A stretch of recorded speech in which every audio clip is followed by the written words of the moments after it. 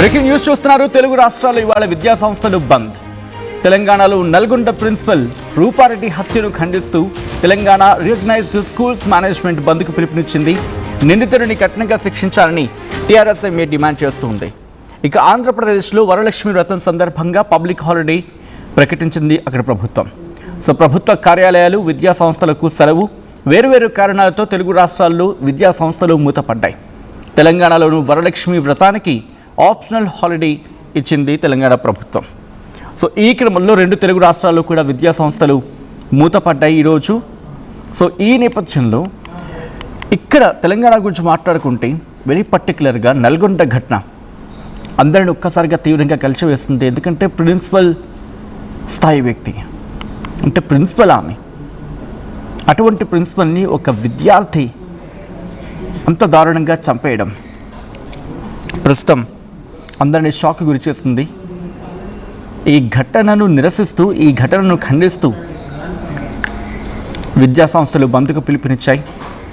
తెలంగాణలో నల్గొండ ప్రిన్సిపల్ రూపారెడ్డి హత్యను ఖండిస్తూ Telangana recognized schools management బంద్కు పిలుపునిచ్చింది. నిందితుడిని కఠినంగా శిక్షించాలని టీఆర్ఎస్ ఎంఏ డిమాండ్ చేస్తూ ఉంది.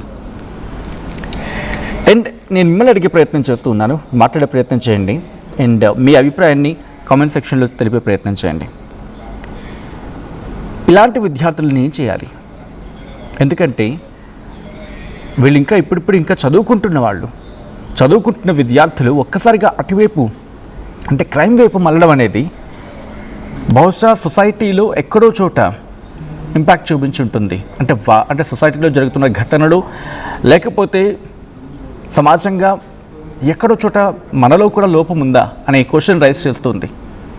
ఎందుకు పిల్లలు క్రైమ్ వైపు మళ్ళుతూ ఉన్నారు? సాధారణంగా పిల్లల మనస్తత్వం ఎలా ఉంటుంది? ఏదైనా ఒక ఇష్యూని వాళ్ళు త్వరగా లెర్నింగ్ స్టేజ్లో ఉంటారు. అండ్ దట్ టు 5th నుంచి 10th అనేది వాళ్ళకి లెర్నింగ్ స్టేజ్లో పీక్స్కి వెళ్తూ ఉంటారు. అది కెరియర్ని టర్న్ చేస్తూ ఉంటుంది. అటువంటి ఒక విద్యార్థి ఇంతటి దారుణానికి పాల్పడ్డం అంటే చాలా క్వశ్చన్స్ రైజ్ చేస్తూ ఉంటుంది. సో ప్రస్తుతం దీని గురించి తీవ్రమైన చర్చ జరుగుతుంది ఇటు తెలంగాణ గురించి మాట్లాడుకుంటే. అండ్ ఇప్పటికీ స్కూల్స్ ప్రిన్సిపల్స్ కావచ్చు, టీచర్స్ కావచ్చు భయపడిపోతూ ఉన్నారు, ఆందోళన కలుగుతుంది. ఎందుకంటే మందలించడం కూడా ఒక సర్టెన్ స్టేజ్ వరకు ఉంటుంది కదా. ఇప్పుడు పిల్లల్ని మందలిస్తే ఎక్కడ ప్రాణాల మీదకి వస్తుందో అని చెప్పి ఒక రకమైన భయం కొంతమంది టీచర్స్ని, కొంతమంది ప్రిన్సిపల్స్ని ఆవహించిందనలు అతిశయోక్తి లేదు. ఎందుకంటే రోడ్ల మీదకి వెళ్ళిన తర్వాత ఏం జరుగుతుందో తెలియదు. బికాస్ ఇక్కడ విద్యార్థి ఇంటికి వెళ్ళి మరి ప్రిన్సిపల్ని చంపేశాడంటే దట్టు రెక్కి నిర్వహించి ఒక ప్రొఫెషనల్ కిల్లర్ లాగా రూపారెడ్డిని చంపేశాడు. దానికి ముందు ప్రణాళిక సిద్ధం చేసుకున్నాడు. ఇదంతా కూడా సో ఇదే కదా దీని గురించి ఇప్పుడు మాట్లాడుకుంటున్న పరిస్థితి. అండ్ పూర్తి సమాచారం అందించేందుకు మా ప్రతినిధి నిర్మల సిద్ధంగా ఉన్నారు. నిర్మల దగ్గరికి వెళ్తూ ఉన్నాను. నిర్మల, రెండు తెలుగు రాష్ట్రాల్లో కూడా ఇటు విద్యా సంస్థలు మూతపడ్డాయి. అండ్ వెరీ పర్టికులర్గా తెలంగాణకు సంబంధించి కొంతమంది అంటే Telangana recognized schools management TRS MA బంద్కు పిలుపునిచ్చింది. నిందితుడిని కఠినంగా శిక్షించాలని టీఆర్ఎస్ ఎంఏ డిమాండ్ చేస్తూ ఉంది. సో ఎటువంటి ఆలోచనలో ఉన్నారు? ఎందుకంటే ఇప్పుడు ప్రిన్సిపల్స్ కూడా కొంతమంది ఆందోళన వ్యక్తం చేస్తున్న సందర్భం, అఫ్కోర్స్ ఆఫ్ ది రికార్డ్గా మాట్లాడుతున్న క్రమంలో, అండ్ టీచర్స్లో కూడా ఆందోళన కనిపిస్తూ ఉంది.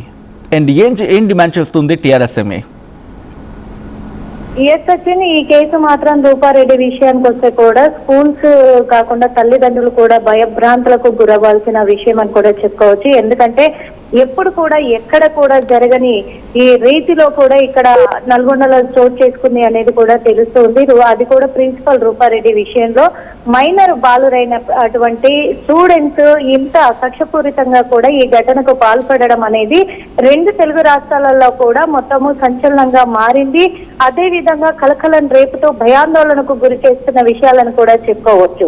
ఇప్పటి వరకు మనం చూసుకున్నట్లయితే కూడా స్కూళ్లలో పిల్లలు టీచర్స్ తిడుతున్నారు, లేదా టీచర్స్ పై తిరగబడుతున్నారు, లేదా స్కూల్స్ మానేస్తున్నారు, లేదా టీచర్స్ తిడితే వాళ్ళు ఏదైనా అఘాయిత్యానికి పాల్పడుతున్నారనే విషయాన్ని మనము గమనించినప్పటికీ కూడా ఇప్పుడు మాత్రము టీచర్స్ ని, అంటే ఇక్కడ ప్రిన్సిపల్ ఏకంగా స్కూల్ ప్రిన్సిపల్ పైనే దాడి చేసి అతి కిరాతకంగా కూడా ప్రాణాలు తీయడం కూడా జరిగిన విషయం అనేది అందరినీ కలకలం రేపుతున్న విషయము. అందుకే తెలంగాణ రికగ్నిషన్ స్కూల్స్ మేనేజ్మెంట్ అయితే బంద్ కు పిలుపునిచ్చింది. ఎందుకంటే విద్యా సంస్థలన్నీ కూడా తెలంగాణ రాష్ట్రంలో బంద్ పెడుతూ కూడా బంద్కు పిలుపునిస్తూ కూడా న్యాయం జరగాలి, నిందితులకు కఠినంగా శిక్ష పడాలి అని చెప్పేసి టీఆర్ఎస్ డిమాండ్ కూడా చేస్తున్న క్షణంలో చూస్తూ ఉన్నాము. అదే విధంగా కూడా ఇక్కడ ఏపీలో కూడా వరలక్ష్మి వ్రతం సందర్భంగా పబ్లిక్ హాలిడే ఇవ్వడము, ప్రభుత్వ కార్యాలయాలకు విద్యా సంస్థలకు కూడా సెలవులు ప్రకటించడం అనేది జరిగింది.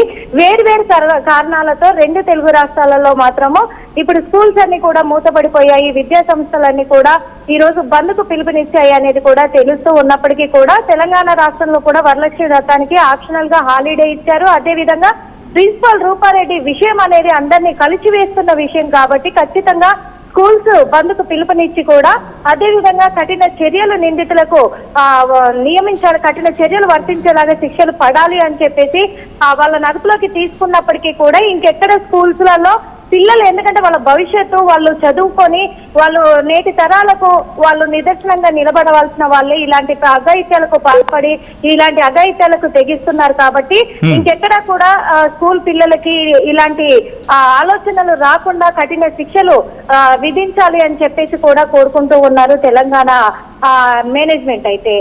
Sachin. Right Nirmala, thanks for the update. 2 Telugu రాష్ట్రాల్లో కూడా స్కూల్ అయితే మాత్రం విద్యా సంస్థలు బంద్ అయ్యాయి. అంటే కొన్ని విద్యా సంస్థలు పబ్లిక్ హాలిడే ఆప్షనల్గా ఉంది కాబట్టి కొంతమంది సెలవిచ్చారు, ఇంకొంతమంది తెలంగాణ రికగ్నైజ్డ్ స్కూల్స్ మేనేజ్మెంట్ బంద్కి పిలుపునిచ్చిన నేపథ్యంలో స్వచ్ఛందంగా వాళ్ళు బంద్ను పాటిస్తూ ఉన్న పరిస్థితి.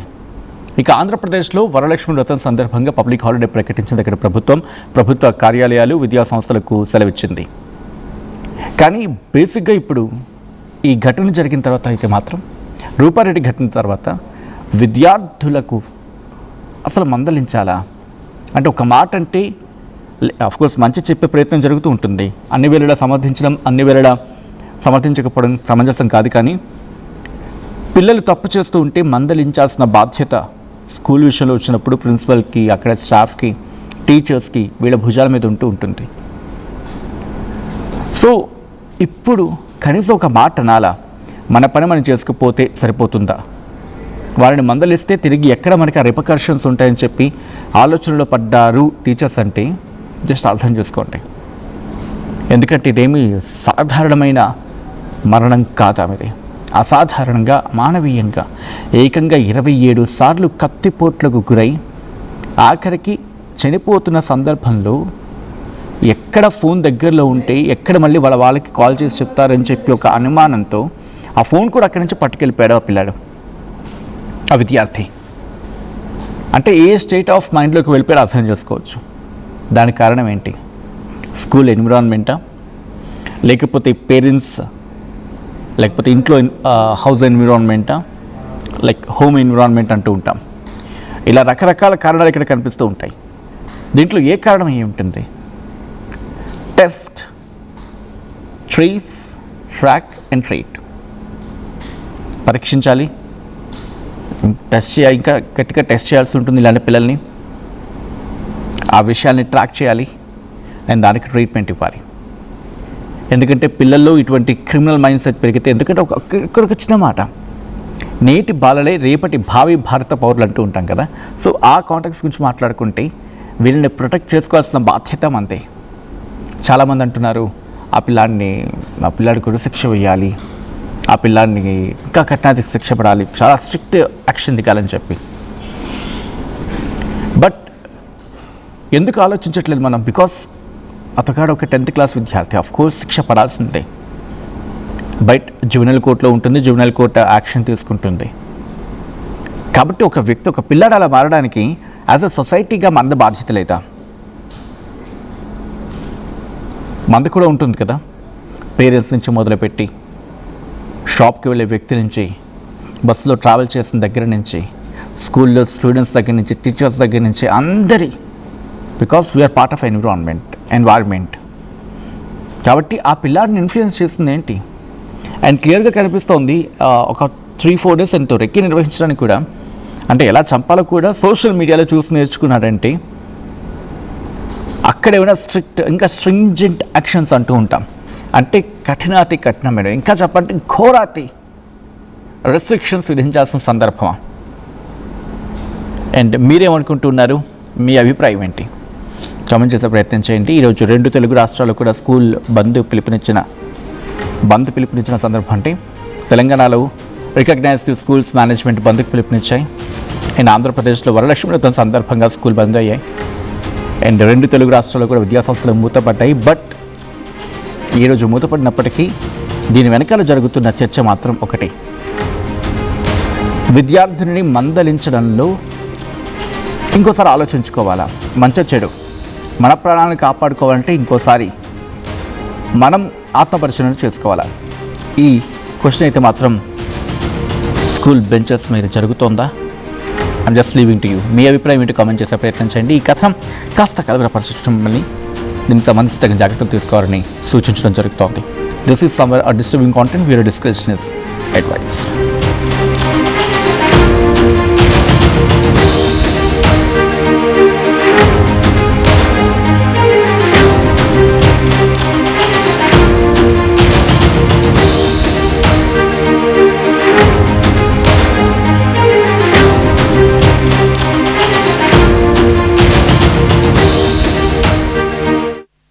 టోర్నమెంట్ కి ముందు పెయింట్ ఎలా చేస్తాం?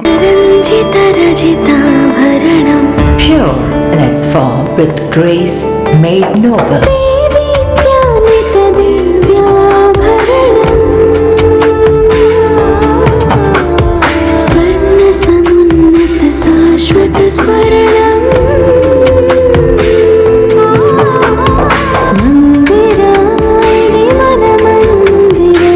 Mandira Premium Silver Jewelry by Manipali.